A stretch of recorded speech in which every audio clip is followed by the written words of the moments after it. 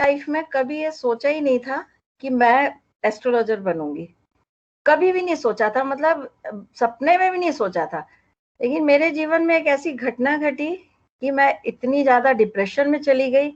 और फिर क्या हुआ, मैं वहां पे अभिषेक करने जाती थी सावन का, तो वहां मुझे गुरुजी मिल गए और मैं गुरुजी से ऐसे ही मैंने बैनर देखा और मैं एस्ट्रोलॉजर बन गई। तो वही बात है कि कुंडली में योग तो था, लेकिन जब दशा गोचर आया तभी मैं एस्ट्रोलॉजर बन पाई, पहले नहीं बन पाई।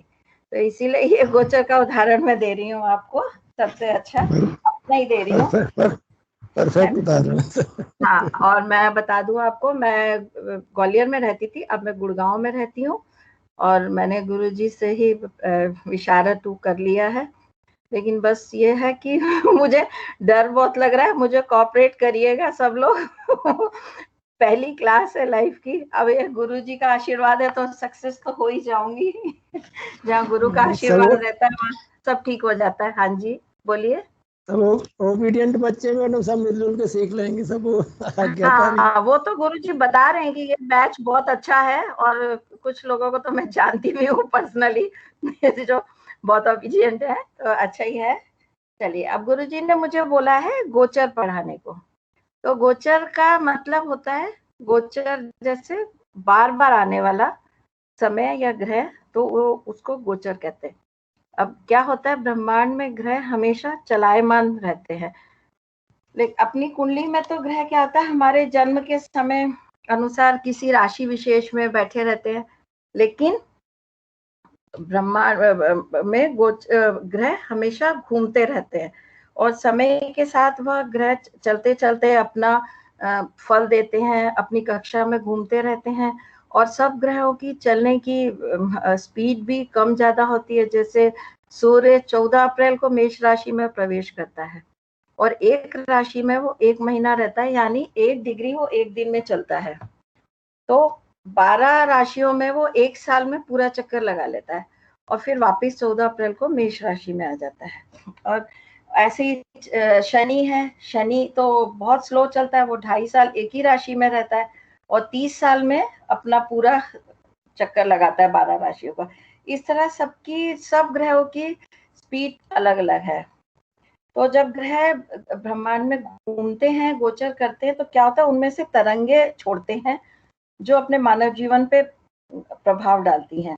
और ये इसी नियम को देखते ऋषियों ने कुछ नियम बनाए हैं, जैसे कौन सा ग्रह, अब कौन सा ग्रह किस भाव में क्या फल देगा, कितने डिग्री पे क्या फल देगा, कौन सा ग्रह कब अशुभ फल देगा, कब शुभ फल देगा, ये सारे नियम ऋषियों ने बना दिए हमारे लिए, हमें तो सिर्फ पढ़ना है। तो ऐसे करके ये, लेकिन होता क्या है, गोचर क्या है, गोचर जब अपनी कुंडली में, गोचर अपने आप से कुछ नहीं कर सकता, गोचर के पास इतनी पावर नहीं होती कि वो अपने आप से कुछ कर सके।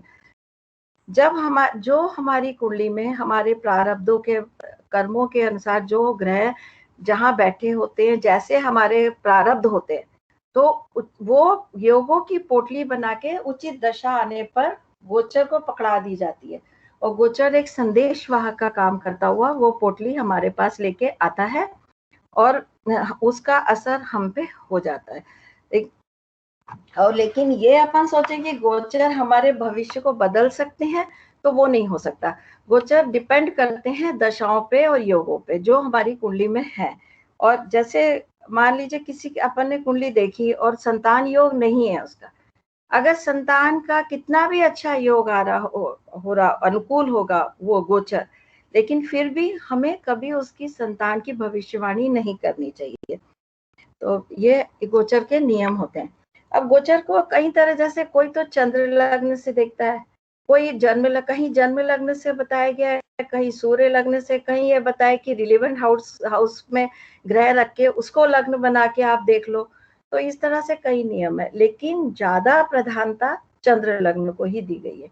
अब चंद्र लग्न को क्यों दी गई है प्रधानता? चंद्र लग्न क्या होती है, जो जन्म के समय चंद्रमा जिस राशि में बैठा होता है वो चंद्र लग्न होती है अपनी।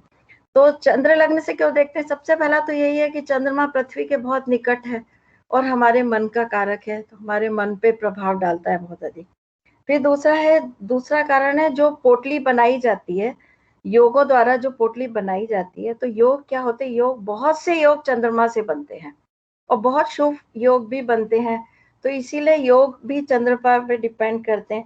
तीसरी बात है, ये पोटली पोटली तैयार होती है, यह दशाएं तय करती हैं, और महर्षि पाराशर ने 42 दशाओं को गिनते हुए उन्होंने विंशोत्तरी दशा को सबसे अधिक महत्व दिया।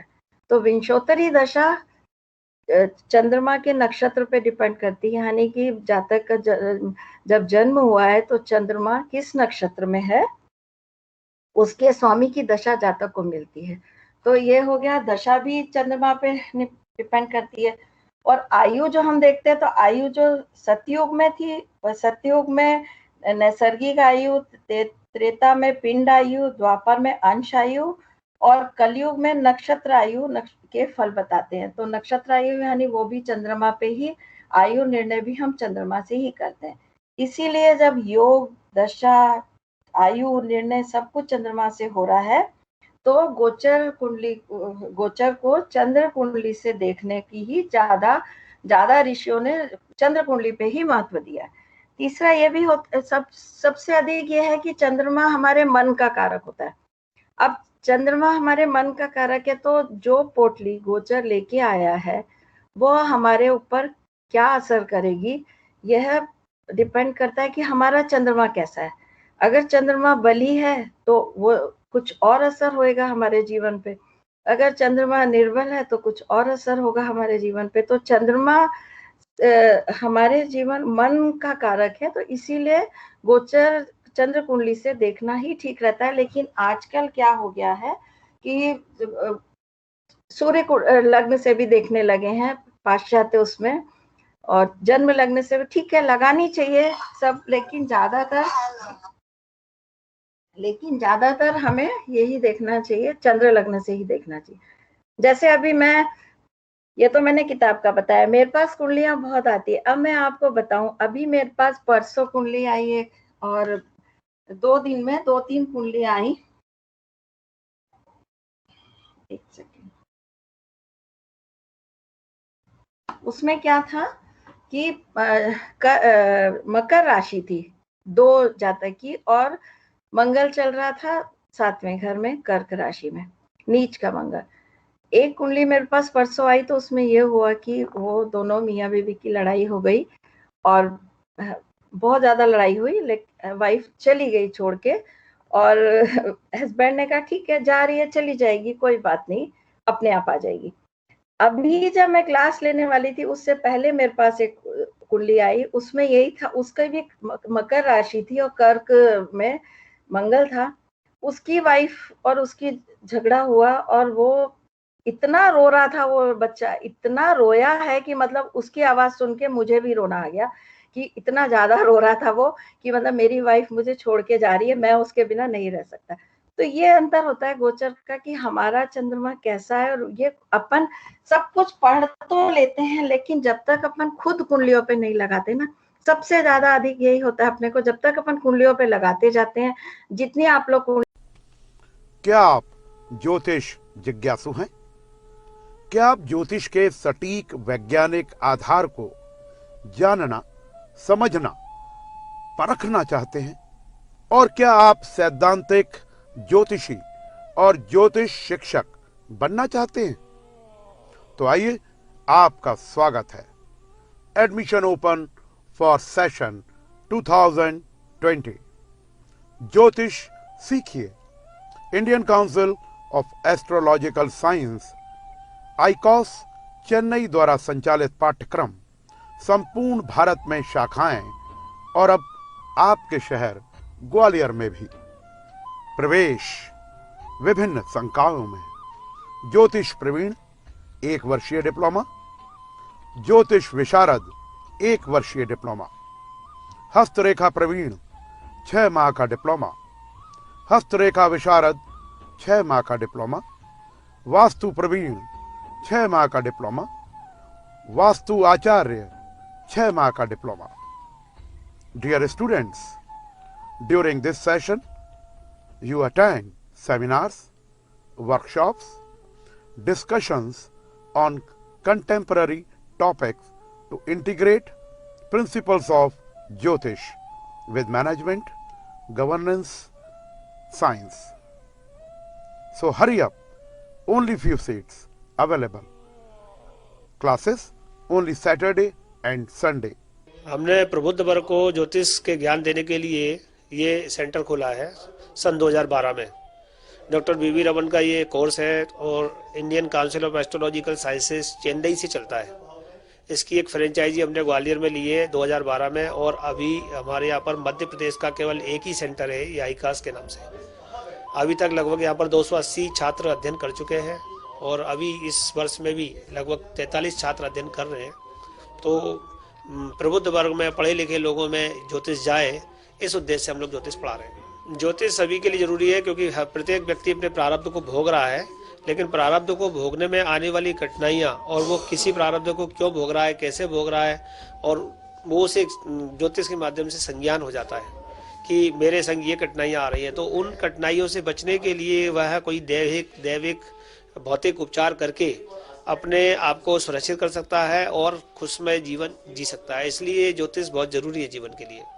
मैं सभी से ये कहना चाहूँगा कि बाजार में बहुत प्रकार के ज्योतिषी हैं जो ज्योतिष क्रम से अध्ययन न करके केवल ज्योतिष करने लग गए हैं, जिसके कारण वो आपको सही दिशा ज्ञान नहीं दे पाते हैं। कई बार ऐसा देखने को मिलता है। मैं ये नहीं कहता कि सभी ज्योतिषी ऐसे हैं, लेकिन इसलिए आपसे सभी से मेरा आग्रह है कि अधिक से अधिक संख्या में बेसिक ज्योतिष की नॉलेज सभी लोग अर्जित करें। तो हमारे सेंटर में आकर के बेसिक नॉलेज हमारे यहाँ दी जाती है। ज्योतिष प्रवीण का एक कोर्स है, 6 महीने के डिप्लोमा कोर्स है, सर्टिफिकेट कोर्स हैं। आप हस्तरेखा, वास्तु एंड ज्योतिष, कर्मकांड, संस्कृत, इन शिक्षाओं को या बेसिक रूप में जान करके अपने आप को आपके साथ होने वाले छलावे से बचा सकते हैं। मैं प्रमेय चतुर्वेदी स्वयं पढ़ा रहा हूँ। मेरे साथ यहाँ पर प्रेम बंधु शुक्ला जी जो हस्तरेखा पढ़ा रहे हैं, और जो वास्तु पढ़ा रहे हैं डॉक्टर रविंद्र पाठक जी, और किशोर चतुर्वेदी जी जो यहाँ पर ताजिक पढ़ा रहे हैं, और विजय शर्मा जी पढ़ा रहे हैं, गुरु शरणलाल गौड़ जी पढ़ा रहे हैं। यहाँ पर हमारे करीब 10 से अधिक फैकल्टी हमारे साथ जुड़ी हुई है। बैच यहाँ पर टोटल 8 बैच लगते हैं। ज्योतिष प्रवीण के 2, ज्योतिष विशारद के 2, हस्तरेखा के 2 और वास्तु के 2। Contact chapter chairman Pramendra Chaturvedi, Jai Ganapati Jyotish Sansthanam, Salasar mall के पास, सिटी सेंटर ग्वालियर।